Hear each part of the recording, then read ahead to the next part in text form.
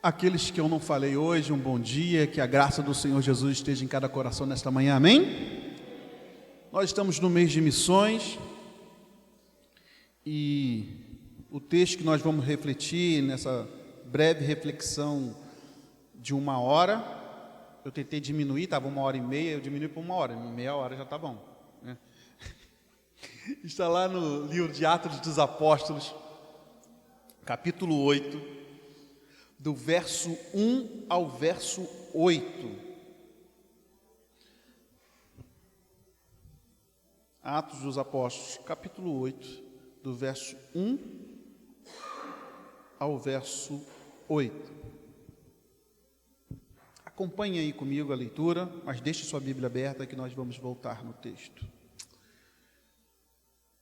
Naquele dia levantou-se grande perseguição contra a igreja em Jerusalém, e todos, exceto os apóstolos, foram dispersos pelas regiões da Judéia e Samaria. 8:1. Eu só não li Saulo, gente, por favor, só não li Saulo. Tá bom? Só não li Saulo. Vamos esperar aí a grande... Vou começar de novo. Naquele dia, levantou-se grande perseguição contra a igreja em Jerusalém. E todos, exceto os apóstolos, foram dispersos pelas regiões da Judéia e Samaria. Alguns homens piedosos sepultaram Estevão e fizeram grande pranto sobre ele. Saulo, porém, assolava a igreja, entrando pelas casas, arrastando homens e mulheres, e encerrava-os no cárcere. Filipe pregava na Samaria. Entremente, os que foram dispersos iam por toda parte pregando a palavra. Filipe, descendo à cidade de Samaria, anunciava-lhes a Cristo. As multidões atendiam unânimes às coisas que Filipe dizia, ouvindo-as e vendo os sinais que ele operava, pois os espíritos imundos de muitas pessoas saíam gritando em alta voz, e muitos paralíticos e coxos foram curados.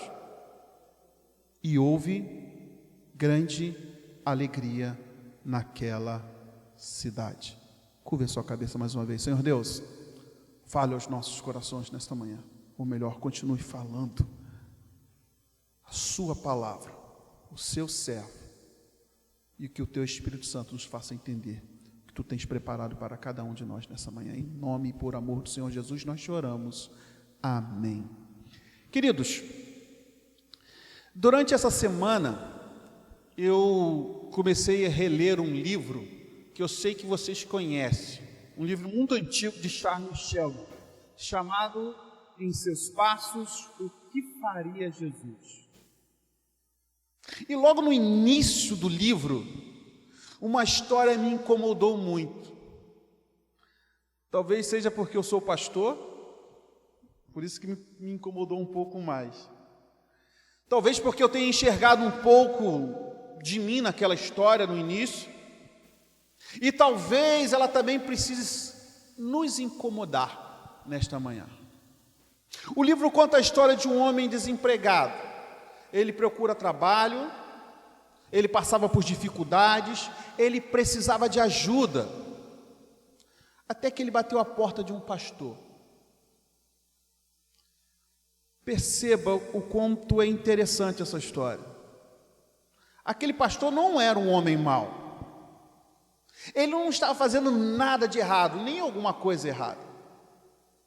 Ele não estava desperdiçando o seu tempo. Muito pelo contrário, o livro vai dizer que ele estava preparando o seu sermão de domingo. Ele estava estudando a Bíblia, ele estava fazendo algo importante, algo santo, algo necessário. Então o homem naquela situação contou para o pastor o que estava acontecendo com ele. O pastor ouviu, deu alguma atenção naquele momento, mas ele estava muito ocupado com o seu sermão.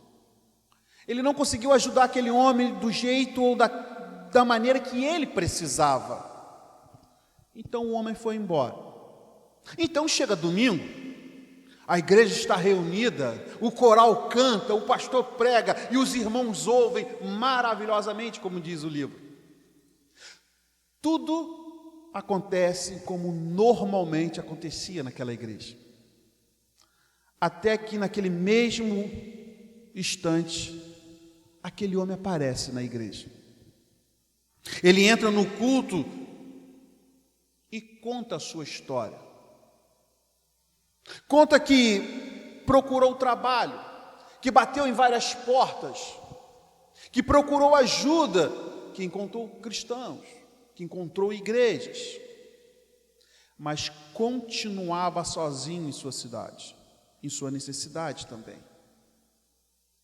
Pouco depois, aquele homem estava doente, lá vai o spoiler, ele acaba morrendo. Mas antes de morrer, aquele homem deixa uma imagem naquela igreja. Ele começaria a mudar a vida daquelas pessoas. E ele não deixou nem dinheiro, não deixou projeto, não deixou uma instituição, ele deixou uma pergunta. Uma pergunta que começou a mexer com relacionamentos, com profissões, com famílias, com decisões e prioridades. A pergunta era: o que Jesus faria? Meus irmãos, talvez nós também precisamos fazer essa pergunta. Não estou perguntando se somos boas pessoas. Também não estou perguntando se nós amamos a nossa igreja. Não estou perguntando se nós conhecemos a Bíblia. Talvez tudo isso seja verdade. Eu sei que você conhece e você ama essa igreja. A pergunta é outra. Se Jesus estivesse na minha rotina, o que ele faria?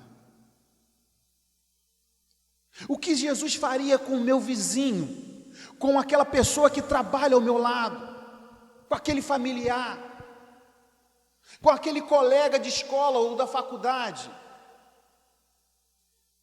Como ele agiria com aquela pessoa que está afastada da igreja?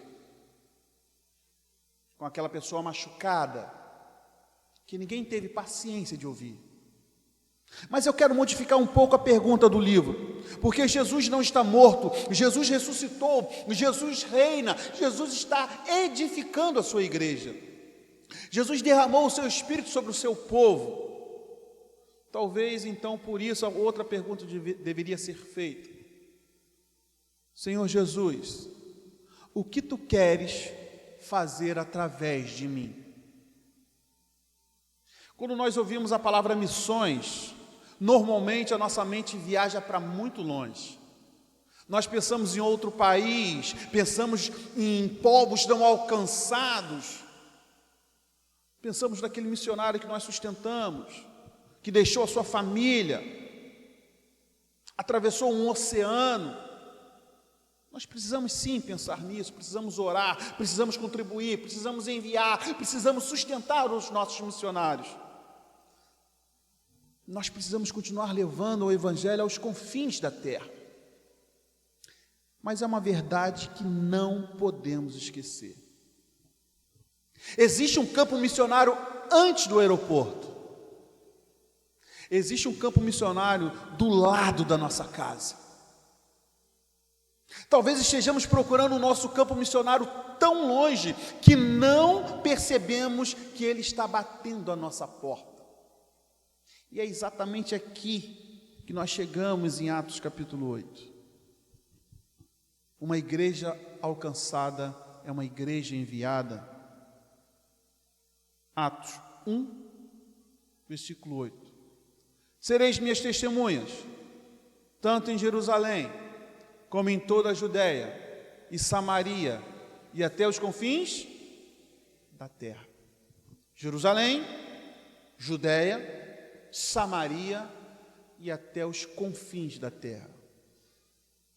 O Evangelho deveria avançar. Cristo nunca planejou uma igreja fechada em si mesma. Cristo planejou uma igreja enviada. Mas quando chegamos a Atos capítulo 8, encontramos uma situação terrível. Estevão havia sido morto. Uma grande perseguição começou contra a igreja. Então Lucas diz: naquele dia levantou-se grande perseguição contra a igreja em Jerusalém, e todos, exceto os apóstolos, foram dispersos para as regiões da Judéia e Samaria. Observe essa expressão, exceto os apóstolos. Agora veja o versículo 4, entre mentes, os que foram dispersos iam por toda parte pregando a palavra. Quem está pregando a palavra? Não era somente os apóstolos, eram cristãos que haviam sido espalhados por causa da perseguição. Homens, mulheres, famílias, gente cujo nome nem sequer aparece na Bíblia. Talvez nunca tenham subido num púlpito, talvez nunca tenham sido ou recebido um título, mas havia algo extraordinário. Por onde eles passavam, eles levavam o Evangelho consigo. Isso muda a nossa maneira de pensar sobre missões. Nem todo cristão recebeu um chamado específico para ser um missionário transcultural. Nem todo cristão será pastor. Nem todo cristão será plantador de igreja. Mas todo cristão foi chamado para testemunhar Jesus Cristo. O apóstolo Pedro vai nos dizer, a fim de proclamardes as virtudes daquele que vos chamou das trevas para a sua maravilhosa luz. 1 Pedro 2,9. Perceba a ordem. Primeiro nós fomos chamados das trevas, depois nós proclamamos. Primeiro nós fomos alcançados, depois nós fomos enviados. O Evangelho nunca deveria terminar em nós. E isso não diminui em nada a soberania de Deus, pelo contrário. Antes que alguém nos anunciasse a Cristo, o próprio Deus, em sua graça soberana, já havia determinado alcançar os seus por meio de instrumentos que Ele mesmo estabeleceu. É Deus que salva, Deus chama, Deus regenera, mas Deus também usa a proclamação da palavra como meio. Por isso que Deus colocou você em lugares onde talvez nenhum pastor consiga chegar. Eu não trabalho na sua empresa, eu não estudo na sua escola, eu não moro na sua rua, tirando o cara e Guilherme, é claro. Eu não conheço todos os seus familiares, eu não conheço todos os seus vizinhos, mais uma vez, tirando o cara e Guilherme. Mas Deus colocou você lá. Talvez você esteja orando, Senhor, manda alguém para falar com aquele povo, com aquela pessoa. E talvez Deus esteja colocando diante de você uma resposta. Eu coloquei você lá. Eu coloquei você perto dela. Queridos, missões não começam somente quando alguém atravessa um oceano. Missões também acontecem quando um cristão atravessa a distância entre ele e alguém que precisa de Cristo. Mas isso levanta uma pergunta importante. Se fomos enviados, para onde nós devemos ir? Atos não responde apenas dizendo que devemos sair. Atos dos Apóstolos nos mostra que muitas vezes a missão nos levará justamente a lugares e a pessoas que a nossa comodidade preferia evitar. Segundo lugar, uma igreja enviada atravessa barreiras para alcançar pessoas. Versículo 5 vai nos dizer: Filipe, descendo à cidade de Samaria, anunciava-lhes a Cristo. Samaria. Havia uma história complicada entre os judeus e os samaritanos. Existiam diferenças religiosas, existiam feridas históricas, existia desconfiança, existiam barreiras sociais e culturais, mas o Evangelho atravessou a barreira. Filipe foi para Samaria. Isso nos ensina algo muito importante. O amor missionário atravessa distâncias que os nossos preconceitos, nossos medos e nossas comodidades preferiam preservar. Precisamos aprender a enxergar pessoas. E isso começa muito mais perto do que nós imaginamos. Nós podemos estar ocupados preparando sermões e não perceber quem bate à nossa porta. Podemos estar preocupados ou ocupados com programações, reuniões, ensaios, cultos, eventos. Tudo isso é legítimo. Tudo isso pode ser muito importante. Mas existe uma pergunta que uma igreja missionária precisa continuar fazendo: quem estamos alcançando? Quem está chegando? Quem nós estamos convidando? Quem está sentado à nossa mesa? Quem estamos trazendo para perto? Quem ouviu sobre o Evangelho através de nós recentemente? Porque existe um risco. Existe um risco. As mesmas pessoas se encontrando com as mesmas pessoas. Nós conversamos com as mesmas pessoas. Nós comemos com as mesmas pessoas. Nós fazemos programações com as mesmas pessoas. E aí nós voltamos para casa. Na semana seguinte, o que acontece? Fazemos tudo novamente.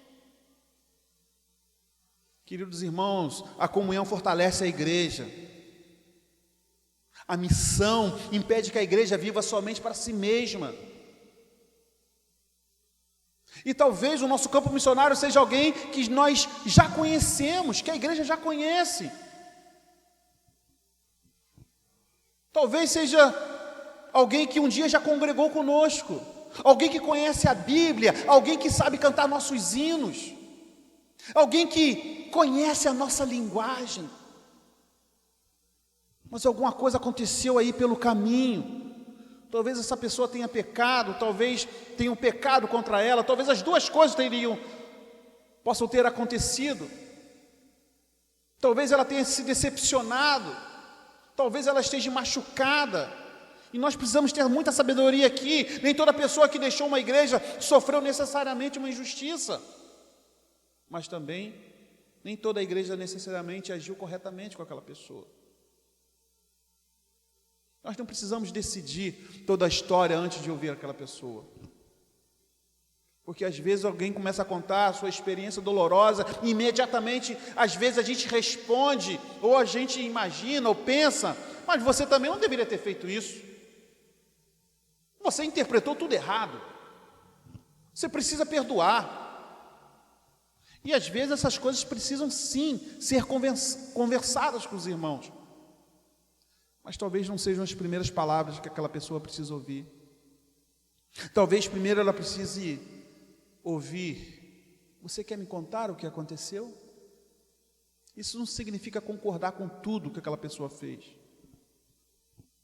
Acolher não significa concordar com tudo.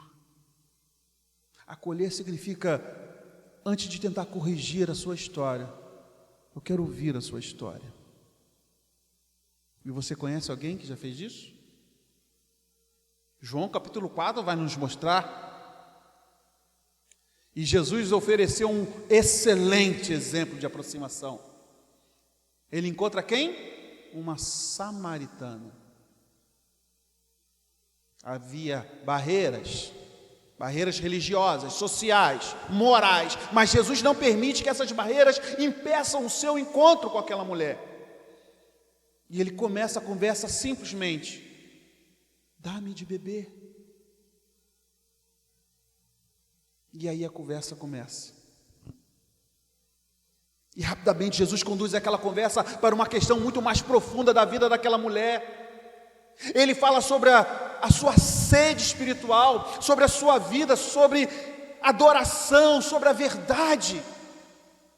E finalmente ele revela quem ele é.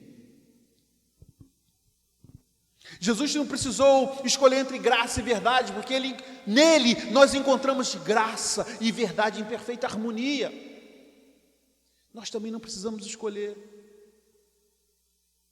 Acolhimento sem verdade se transforma em sentimentalismo. Verdade sem amor pode se transformar em brutalidade. Em Cristo encontramos graça e verdade. E aí o que acontece? Aquela mulher volta para a sua cidade. Versos 29 do capítulo 4 de João: vinde comigo e vede um homem que me disse tudo quanto tenho feito. Olha o que aconteceu. A mulher alcançada pelo Senhor Jesus, tornou-se o quê? Testemunha. Talvez exista alguém perto de você esperando encontrar um cristão disposto a atravessar distâncias. A distância da rua, a distância da mesa, da mágoa, de anos sem conversa, de uma diferença social, de uma história complicada. Nós não podemos regenerar ninguém, querido irmão. Somente o Espírito Santo pode dar vida espiritual. Mas nós podemos nos aproximar, nós podemos ouvir, nós podemos amar, podemos servir e, sobretudo, podemos apontar para Cristo. Mas aqui nós precisamos tomar muito cuidado, porque atravessar a distância não é o fim da missão, acolher não é o fim da missão, servir não é o fim da missão. Se a missão terminasse apenas no acolhimento, ainda faltaria aquilo que Atos 8 coloca no centro. A pergunta agora é: o que Filipe levou consigo quando atravessou a barreira de Samaria? E o versículo 5 nos responde. Filipe, descendo a cidade de Samaria, ele faz o quê? Anunciava-lhes Cristo. Em terceiro lugar, uma igreja enviada anuncia Cristo. Aqui está o centro da mensagem. Filipe não anuncia uma filosofia, não anuncia a si mesmo, ele não anunciou a reputação da igreja de Jerusalém, ele não anunciou uma instituição. Filipe anunciou Cristo Jesus. Precisamos guardar isso. O acolhimento é ponte, o amor é motivação, Cristo é a mensagem. Uma reunião de mulheres se torna uma ponte missionária. Uma programação dos jovens se torna ponte missionária. Um almoço pode se tornar um almoço missionário. Um café, um churrasco, a sua casa aberta, uma conversa depois do trabalho. Não porque comida salva, não porque café salva. Nenhuma programação salva. Quem salva é quem? É Cristo Jesus. Essas coisas podem criar pontes pelas quais chegamos perto de outras pessoas. Mas precisamos atravessar a ponte levando a mensagem. Em Romanos capítulo 10, versículo 4, Paulo pergunta: como, porém, invocarão aquele a quem não creram? E como crerão naquele que nada ouviram? E como ouvirão se não há quem pregue? O texto vai continuar. No versículo 17 ele vai dizer assim: e assim a fé vem pela pregação, e a pregação pela palavra de Cristo. Por isso, a nossa pergunta não pode ser apenas que programação vamos fazer. A nossa pergunta precisa ser: quem queremos alcançar e como essa pessoa ouvirá sobre Cristo? Nós podemos criar programações de segunda a domingo, ou de domingo a domingo. O objetivo nunca foi encher nosso calendário. Também não é simplesmente encher os nossos bancos. Claro que nós queremos sim ver essa igreja crescendo, os bancos cheios. Nós queremos ver conversões, nós queremos ver os batismos, profissões de fé, as nossas crianças crescendo, conhecendo a Cristo.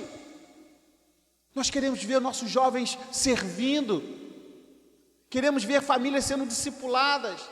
Claro que nós queremos isso, é o nosso sonho.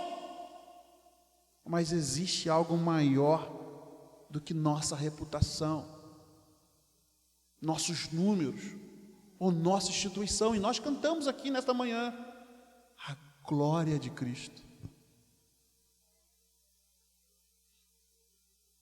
Então Paulo diz: Eu plantei, Apolo regou, mas o crescimento veio de Deus. Nós não estamos construindo pequenos reinos particulares. O reino já tem um rei, e o nome dele é Jesus Cristo.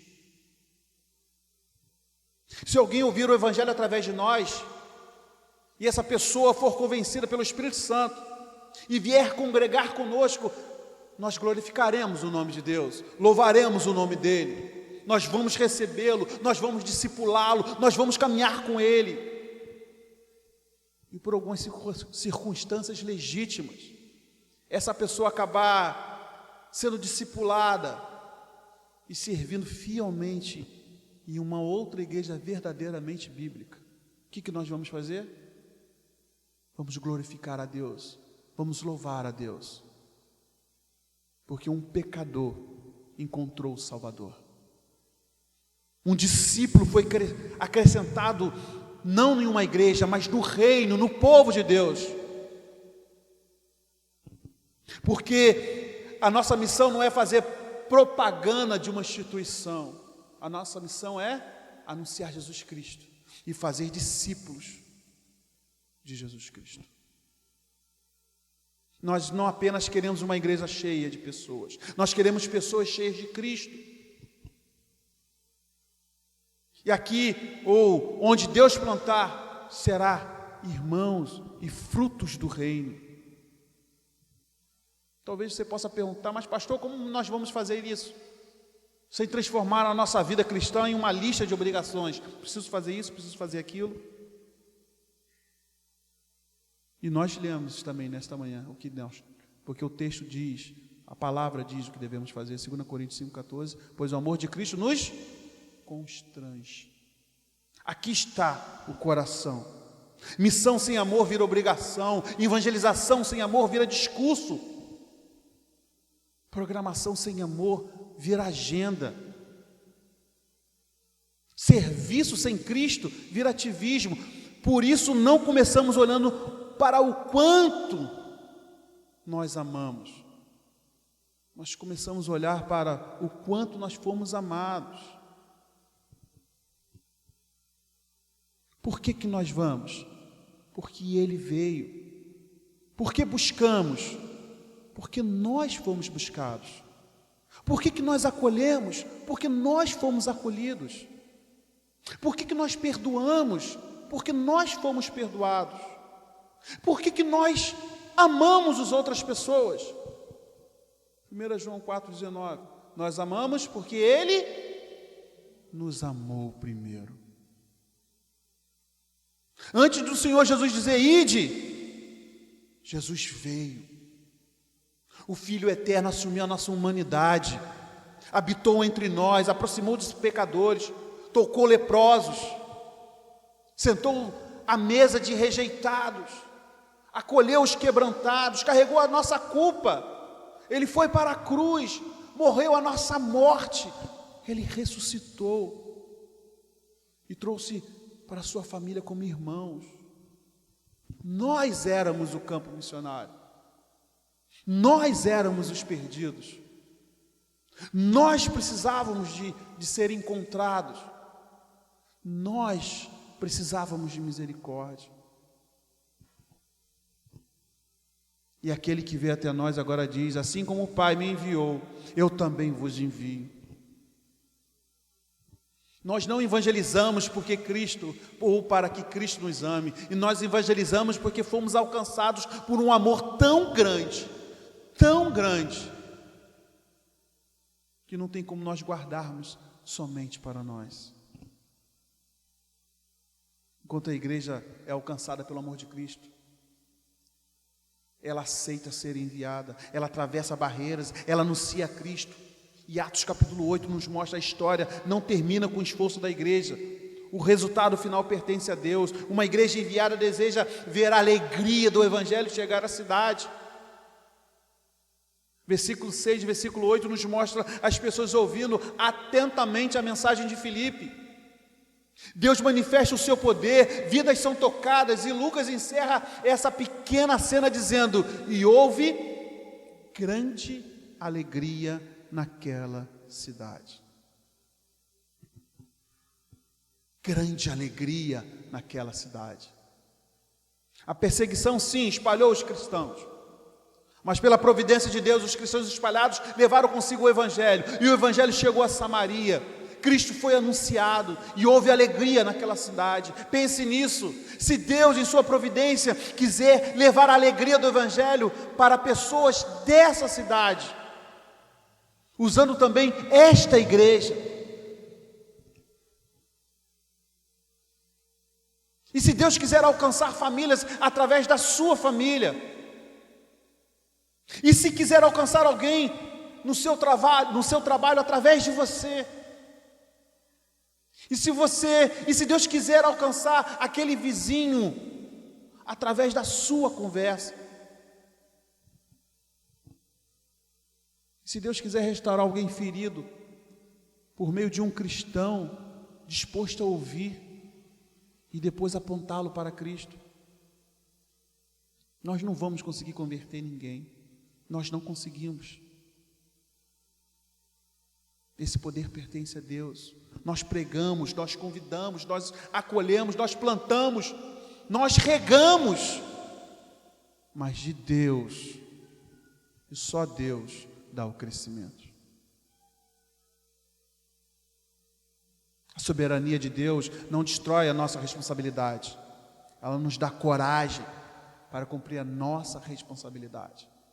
Então perceba o movimento de Atos 8. A igreja foi alcançada por Cristo, ela foi enviada, atravessou barreiras, anunciou Cristo, e Deus produziu alegria. Agora a pergunta deixa de ser apenas o que aquela igreja fez. A pergunta chega até nós: o que faremos com a pessoa que Deus colocou diante de nós? Gostaria de voltar ao início para concluirmos ao livro de Charles Sheldon. Aquele homem entrou naquela igreja, contou a sua história, ele adoeceu, ele morreu, mas deixou uma pergunta: o que Jesus faria? Aquela pergunta começou a transformar aquela igreja.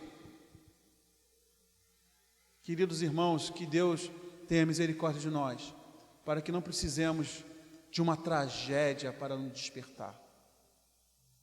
Talvez não precisamos esperar ninguém entrar pelaquela porta. Talvez Jesus esteja nos mandando sair pelaquela porta. Por isso não quero terminar pedindo 10 coisas.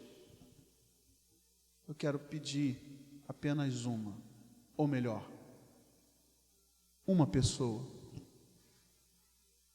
Não pense em muitas pessoas. Pense agora em uma pessoa. Um rosto, um nome, uma história. Talvez o Espírito Santo já tocou no seu coração e você já começou a pensar no início dessa mensagem em uma pessoa. Quem Deus colocou perto de você? Pode ser alguém que nunca entrou numa igreja. Pode ser alguém que conhece o Evangelho intelectualmente, mas ainda não conhece verdadeiramente Cristo. Pode ser alguém que já esteve aqui na igreja. Pode ser alguém afastado, alguém machucado, alguém decepcionado, alguém solitário. Alguém que esteja esperando um cristão se aproximar dele. Coloque agora um nome. Se você sabe o nome dessa pessoa, coloque o nome dessa pessoa diante de Deus agora. Ore pela essa pessoa, aproxime-se dessa pessoa, ouça. Sirva essa pessoa quando houver necessidade. Convide para estar conosco, mas principalmente fale de Cristo. Porque nós não podemos salvar ninguém.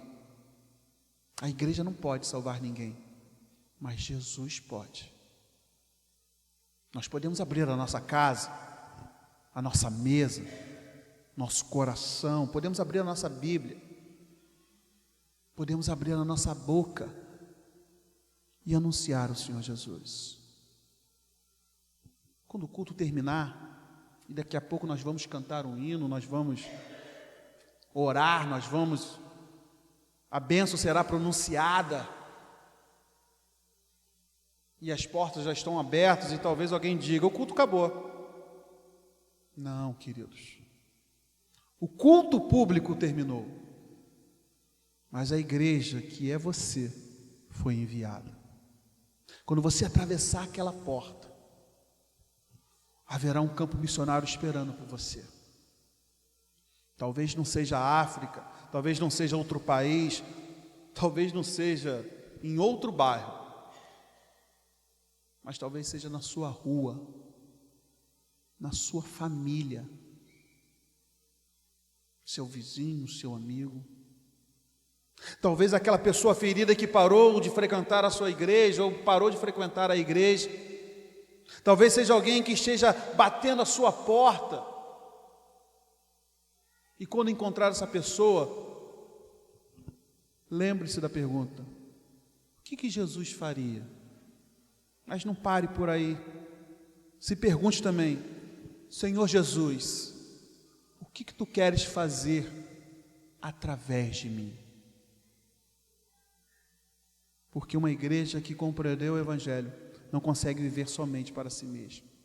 Ela se reúne, ela adora, ela aprende, ela comunga, ela é fortalecida. Então ela vai. Então o Senhor Jesus nos deu uma missão. Em suas palavras relatadas em Mateus 28, 18 e 19, toda a autoridade me foi dada no céu e na terra. Ide, portanto, fazei discípulos de todas as nações.